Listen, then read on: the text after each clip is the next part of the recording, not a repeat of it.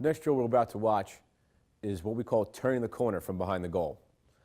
Whenever you're dodging from behind the goal, the first thing you want to do is square up your defenseman. So you notice all the guys will be behind the cage and they'll start with their shoulders squared to the goal. Very similar to how point guards would play in basketball, where you square your shoulders to the goal before you go up. Same deal when you're dodging from behind the cage in lacrosse. So you see the guys square up behind the goal, and the first thing they want to do, their first objective when dodging, is to turn the corner. So what turning the corner means is you're dodging from behind the cage. As soon as you get to goal line extended, you plant your outside foot in the ground and try to turn violently towards the top of the crease. So once we get to goal line extended here, the guys will put their outside foot in the ground, which should be their right foot, and they'll try to sprint as hard as they can towards the top of the crease here. All right, the technique we use when we do that is we like to bury our inside shoulder, bring our stick to our free hand, and we try to shoot from our head, meaning our stick doesn't go past our ear so as to not get checked from a defenseman behind him.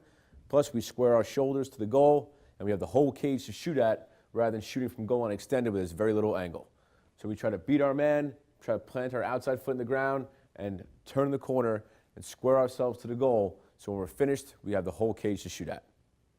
Next, we're going to move on to turning the corner, the beginning of our one-on-one dodging. Everything we do from behind the cage is based off of beating your man, scoring a goal. The first thing we want to do is try to turn the corner. So what we do with our stick here, we'll go right off our stick protection, so Christian, protect your stick. All right, and when we turn the corner, you'll notice the guys square their shoulders to the cage and they bring their stick to their free hand. So the stick comes to their free hand, that will turn your shoulders towards the goal, and it will help you turn the corner.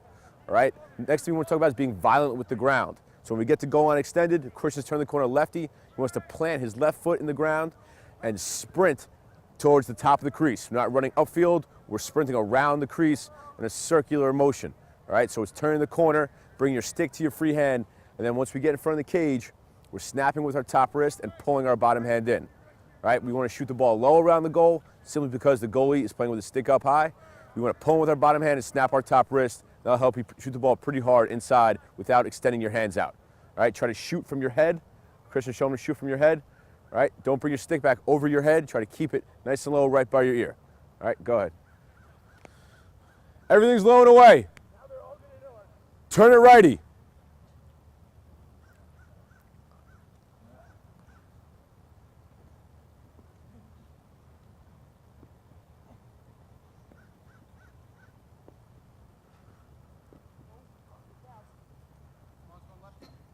Yeah, let's go ready one more time. That was kind of slowed down a little bit. Be violent with the ground and goal line extended. Don't shoot it until you get to the top of the crease.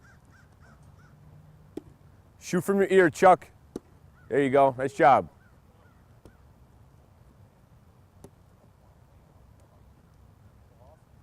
Yep, let's go lefty as well. Let's do it. Lefty.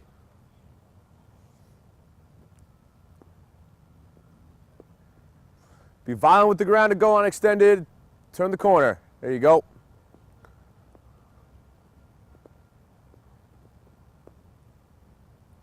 Nice pickup, Will.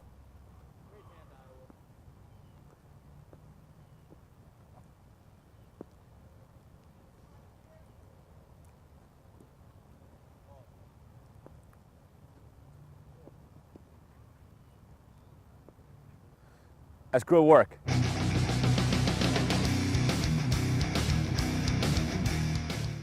As I said earlier, turning the corner is our primary objective from dodging from behind the goal.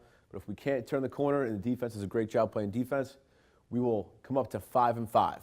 All right, once again, 5 and 5 is 5 yards outside the crease and 5 yards above the crease. Okay, most commonly referred to as the island. Getting the 5 and 5 puts a lot of pressure on the defense. You can feed from there, you can shoot, you can see the whole field, and a lot of times you'll draw a slide just by getting there. But once we get to 5 and 5, we want to drop our hips and our butt. We want to sit down and read the defense. What we mean by that is you want to feel where the defense is playing you. They will tell you, they'll dictate to you what to do at 5 and 5. Right, the 3 dodges you'll see in this next drill are a step away dodge, an inside roll, and a rocker step. If you can't turn the corner, you want to get up to 5 and 5 and sit down. All right, so you want to drop your hips and your butt, and you want to read how the defender's playing you. All right, if he's even with you, we're going to simply step away and shoot, which we'll talk about. If he's behind you, you'll rocker step, and if he's above you, you'll inside roll. All right, the first one we'll talk about is step away shooting, where we throw our stick and we step to the sideline. Go ahead, we hand exchange outside our body, it's outside our legs, and we're simply gonna pivot off our inside foot and try to shoot in one step. All right, so it's a one-step shot.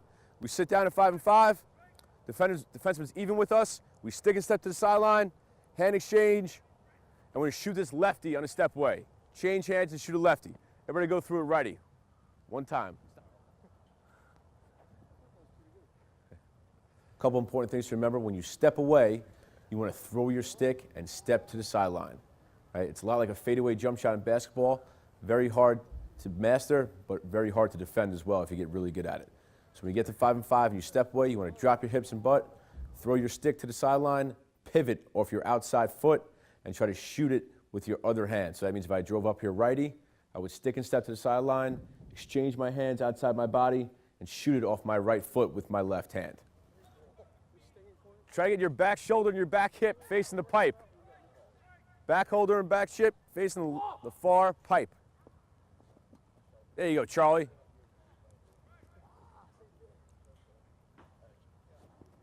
Good.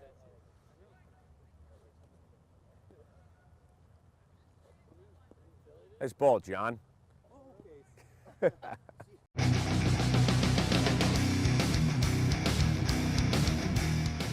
I can't step away and my defenseman is playing behind me, that's a great time to rocker step. What you'll see on the rocker step is guys will get to 5 and 5, they'll sit down again, they'll take a big step to the sideline, like they're gonna go out and do a step away, keep their stick in their chest, hopefully pivot off their inside foot and drive down towards the top of the crease. Once again, a rocker step is the defenseman's playing behind you. All right, rocker step, sit down at 5 and 5, drop your hips and butt. Your defenseman's playing behind you. All right, we'll take one step towards the sideline like we're gonna step away or inside roll. Once he commits that way, pivot off your inside foot again, drive down towards the cage, heading towards the top of the crease. All right, once again, shoot from your ear. Jordan, walk through one more time. Stick and step to the end line, pivot off your inside foot, drive down towards the top of the goal, continue to shoot the ball from your ear. Let's rocker step.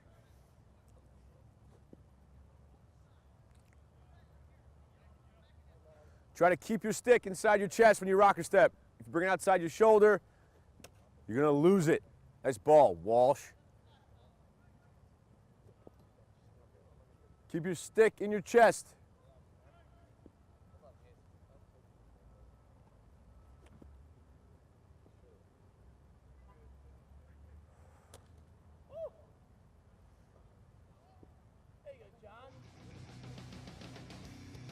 Nice shot, Will. House.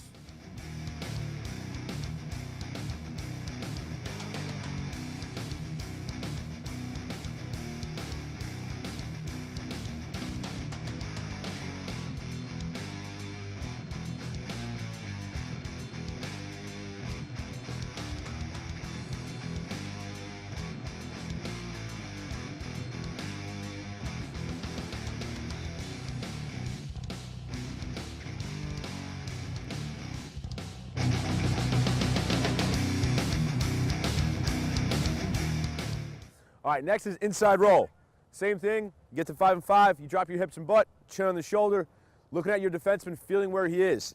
If his feet are above your feet, then we'll inside roll. On the inside roll, you keep your stick in the same hand, so this side of the field will be all righty. We want to pivot off our inside foot, which would be our left foot, box them out like you're playing basketball, and try to swing the leg out so you're headed towards the top of the crease. All right, very important that on the inside roll, that your first step is even with your planted foot, all right? If you take a short step, you'll end up losing angle in the cage and your defenseman will be able to ride you out to the end line, all right? So drop your hips and butt, swing your leg around, box them out like you're playing basketball, and just like we shot when we turn the corner, we shoot from our head. Snap with your top wrist, pull with your bottom hand. Inside roll, go ahead, woof.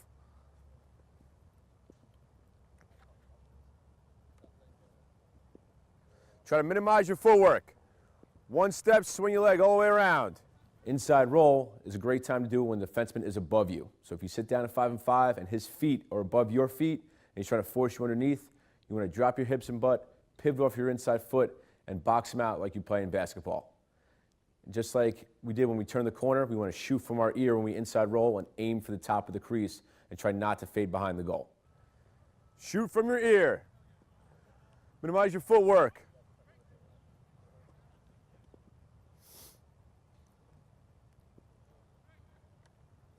Right, the most important thing about 5-and-5 is actually getting there and sitting down. The defense will dictate to you what to do, and those 3 moves can help you get some shots off. All right, let's get them out.